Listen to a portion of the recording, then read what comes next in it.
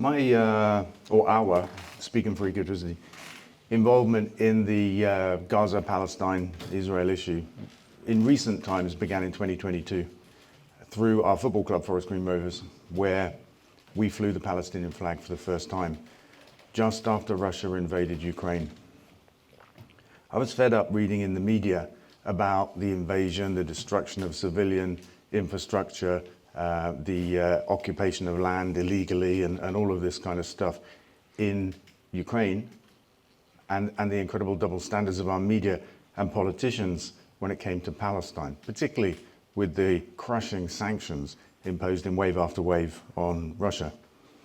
And so I flew the flag to make a point, actually, that the West is incredibly hypocritical and applies international law and its moral code as it wishes, rather than consistently. As a result of that, we bumped into I call them shadowy group of lawyers, UK Lawyers for Israel. They came at us, wrote us a threatening letter, accused us of racism. They wrote to the EFL, these are football organisations for those of you who don't know, the FA, UEFA and FIFA, and said the same thing. I told them to go away because it can never be racist to fly the flag of Palestine.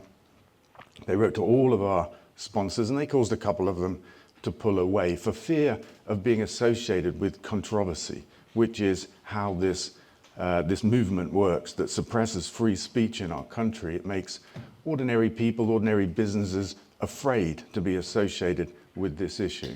We weren't. Actually told I think it was fair. So my next kind of big interaction came about a year later. I'd been, last year, 2024. A year before that, I'd done an interview with Times Radio and somebody dug it up a year later. And it was on Palestine. It was on October the 8th, actually, that I did the interview. And at some point in the middle of it, I just expressed the view that one man's freedom fighter is another man's terrorist. It's a truism. The right wing dug it up and turned it into a bit of a feeding frenzy, actually, because in successive waves, right-wing commentators doubled down on the language they used to describe what I'd said and who I was, ultimately calling me a terrorist sympathizer and stuff like that. And I launched a series of legal actions.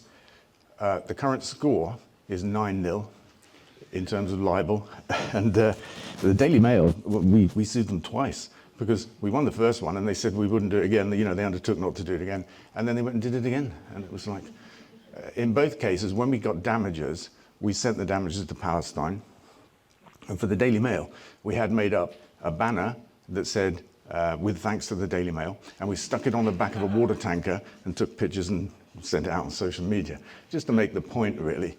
So that was the second interaction. And the most recent one would be on our HQ. Probably maybe May this year, we flew a 30-foot Palestinian flag. It was the height, really, of the abuse that was going on. And the UK hadn't yet said it would recognise Palestine. And we flew this great big flag. Our local council said we had to take it down, which was kind of expected, because UK Lawyers for Israel are operating up and down the country, forcing people to take down flags. They had a child's kite competition cancelled because they said kites were a symbol of terrorism. Can you believe it? It was incredible what they've been doing. And we said to the council, look, planning regs say that we can fly the flag of any country.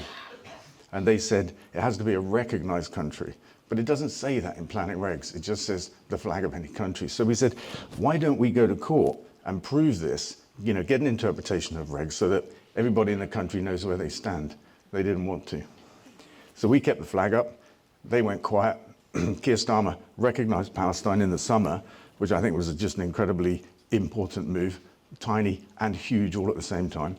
And that's it. I think as a business, you have to stand up for your principles. If you don't have any, then, well, you know, what are you doing in this world? And we should never put money before principles and ethics. Never. Thank you.